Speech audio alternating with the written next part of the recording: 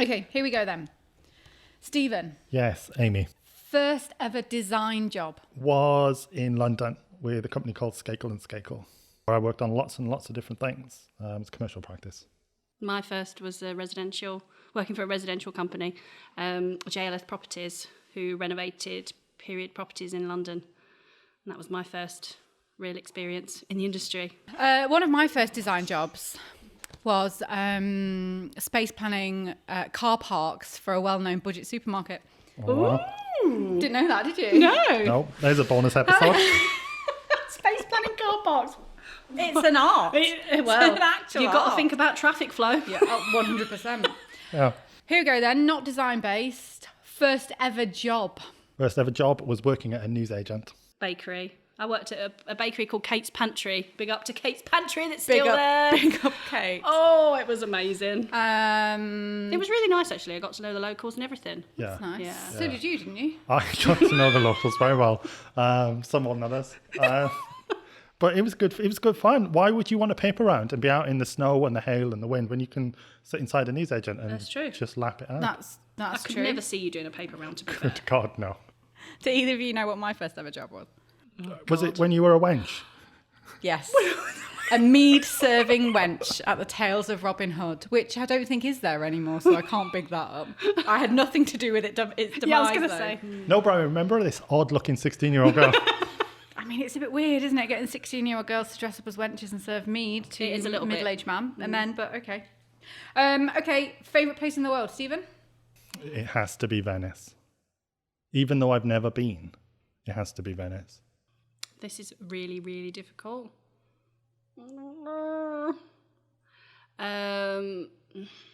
My favourite place currently,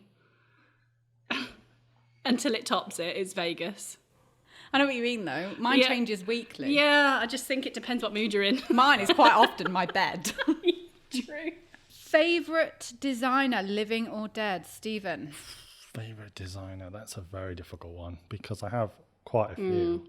Remember, it's quick fire. I know that, but my brain isn't. Mine's Hadid. Zaha. Well, that would have been close, but actually it would be Daniel Lipskin. Because a good one. Just blows my mind. Yeah. Can't say any more than that. Just blows my mind. Yours? Mine? Yeah. See, I think I went historical. Perhaps I would choose someone dead like Robert Adams. Yes, that's what I was struggling with. Because of the influence. Yeah. Well, that's the same for Inigo Jones. Yes. For me, Yeah. he's like the godfather of classical architecture in Britain. But hey, 3 people you'd invite to a dinner party. Again, these can be living or dead. Oh, God, you can't do this. design related? No, they can be anybody. Oh, it's a tricky one because so many people I'd love to chat to. Can I guess that one of yours is going to be Lawrence Llewellyn Bowen? Wow. Actually, there's only 3, so unfortunately, he'll have to go on the reserve list. Sorry, Lawrence. The Queen's one of them for me. The Definitely Queen? one. Yeah. Queen! Yeah. What? Go on. I'm sorry. What would you serve the Queen? This is an extra bonus question. What are you serving the Queen at your dinner Dominoes. party? Kellogg's in a Tupperware, of course. Remember to shake it first. Yeah, I just think, that would be really interesting. I'm mind blown, actually, at that question because there are so many people. Well, you can only choose 3. Stephen? Anne Boleyn will be one of them Yeah. because, again, just such a legacy. And we don't actually appreciate it, but I think it'd be really interesting to talk to her about how she felt about everything. You know, having your head chopped off. Seeing as I mentioned Hadid, that'd probably be my second. So you've got the Queen, Yeah. Hadid. Freddie Mercury. What a dinner party. I know. Stephen, you've got Anne Boleyn. I have got Anne Boleyn. I'd probably have Caravaggio Good choice. because, again, just fascinating character. And I bet he'd be a good crack at a party. Oh, Yeah, he'd got a story or two. Who's my third choice, though? Probably Gaudi. Because, again, just another bonkers kind of thinker. Yeah. And I like the idea of that. Mine would be Artemisia Gentileschi, Yes. who was a Wonderful artist. round about the excuse me. Hello. There she Round is. Are you there, Artemis? Knock twice for you. I'm here. Oh my God, I'd love that. Hallie Rubenhold, Oh, who you know I'm completely obsessed with. yes. Who she wrote the would book be The good. Five. Yes. And I think my queen, Michelle Obama. Oh, interesting. That is a dynamic mix of, It of is, ladies, isn't yeah. it? No men allowed. That's a strong dinner party. It is a strong dinner party. Yeah. But yeah. I have had more time to think about it than you That's guys True, have. very yeah. true. It's very true. Worst project you've ever worked on? For me, it was probably a stand that we did for the Yorkshire Show. I won't mention the high street retailer, that we were representing, but that was a real challenging project. It was an exhibition for the Yorkshire Show. It's difficult. I've actually been quite fortunate and had quite a lot of really good projects. I know. It must just be my personality. Must just be your rapport. It must be. But there is one where I had a really difficult client who had an awful lot of money. And actually, whilst they can be the great projects, they can also be the most difficult projects because money. And I'm just going to say Money. money. Money speaks volumes. That's interesting, actually, because my next question is your favourite ever project to work on, and mine is one where the budget was massive. I mean, almost no budget, and I mean that in the sense that they would just they could have anything that they wanted to.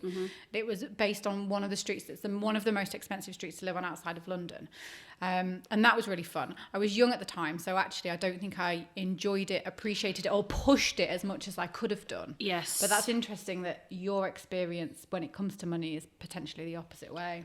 I always think It as is. well, naturally, you're wanting to try and save the client money for some reason. Yeah. Even though you know that there might be an abundance of budget. I've never done that, I'll be honest. It's always over. But when Maybe that's why I got the problems. but when you've worked in commercial and retail where you're working to a strict budget, I Yes, think that it's a different- mentality is it's a really different- hard to come away from There is. for me. I think one of my favourite projects was a Georgian property in London, the residential. It was just so nice. There was an abundance of budget, and the client was amazing and understood the vision, which was great. That's nice Yeah. when it happens. One of my favourites probably is one of my very first projects because I thought I'd made it. That's really cute. It was for a client who was going into Selfridges. It was a concession in Selfridges. Yeah. And I thought, this is it. I've arrived. And it was really good fun. And I don't think, again, I appreciated it then. No. Actually, how much hard work it was going to be. Yeah. But I got a lot out of that project. And I still very did, just because it's my first proper professional. Yeah. And you always forget. project. You always forget. You always remember your You first. do. You do. Let's move on. Next question. So people will always ask you what your favourite colour is, and there's no point asking Stephen because we all know it's black. What's your least favourite colour? Yellow. Yellow. Wow. I like yellow. I'd never wear it because it makes me look kind of jaundicey, but I do like it as a colour. Yellow is my least favourite, Yeah. I think. I don't. It's just too happy. And there endeth the tale. Tells you it's- everything you need to know. Yeah, I think it's also, in an interiors context, it's harder to work with. It's bright. I like the darker, like mustard. We mentioned this before. Yeah, Mustard that is different. It's okay different, yeah. because it's got depth to it. But bright yellow in a kitchen makes me very angry, and I don't quite know why. It's But one it of those does. colours that's quite often used in kitchens, though, isn't it? Yeah, Yeah, because yellow. of that Bright morning feel, sunshine, isn't it, and yeah. all that. And no, thanks. Wake up, Paint it black. sunshine. Yeah. Free advice, people. Paint it black.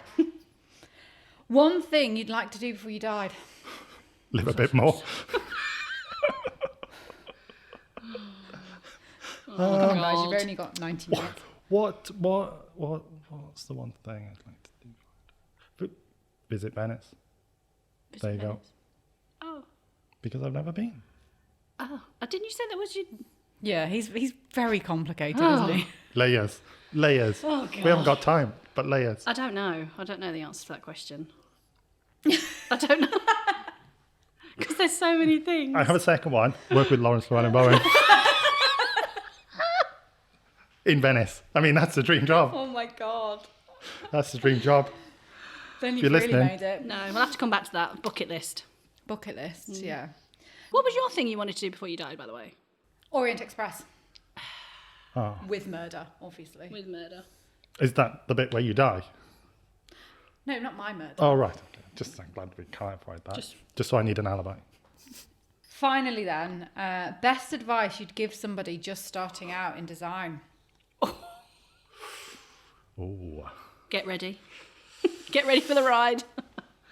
I would probably say just be open-minded, I be was just resilient. about to say that. I think it's open-mindedness. Yeah. I think that's the one thing a designer needs to be. Don't go in with any preconceived ideas. And also, you've got to develop a tough skin, because Yes, if you're too worried about what people think of you or criticism that you're going to receive, then maybe it's not the best. Really? It's not the best career. I've never had that. No, I've had my fair share. Yeah. I think also it's not important not to be too hard on yourself. True. Because you will look back at things and think, I can't believe that I did it that way. Yeah. And that's just all. And that was part of just the learning yesterday. curve. That, I mean, yeah, like 20 minutes ago. Have fun though, as well. I Yeah. say this a lot, but it should be. It should actually. We're in an industry where you can genuinely have fun at work. Yeah. Thanks, guys. That was good. That's- Thank you. That's nice. They were some good questions. Nice.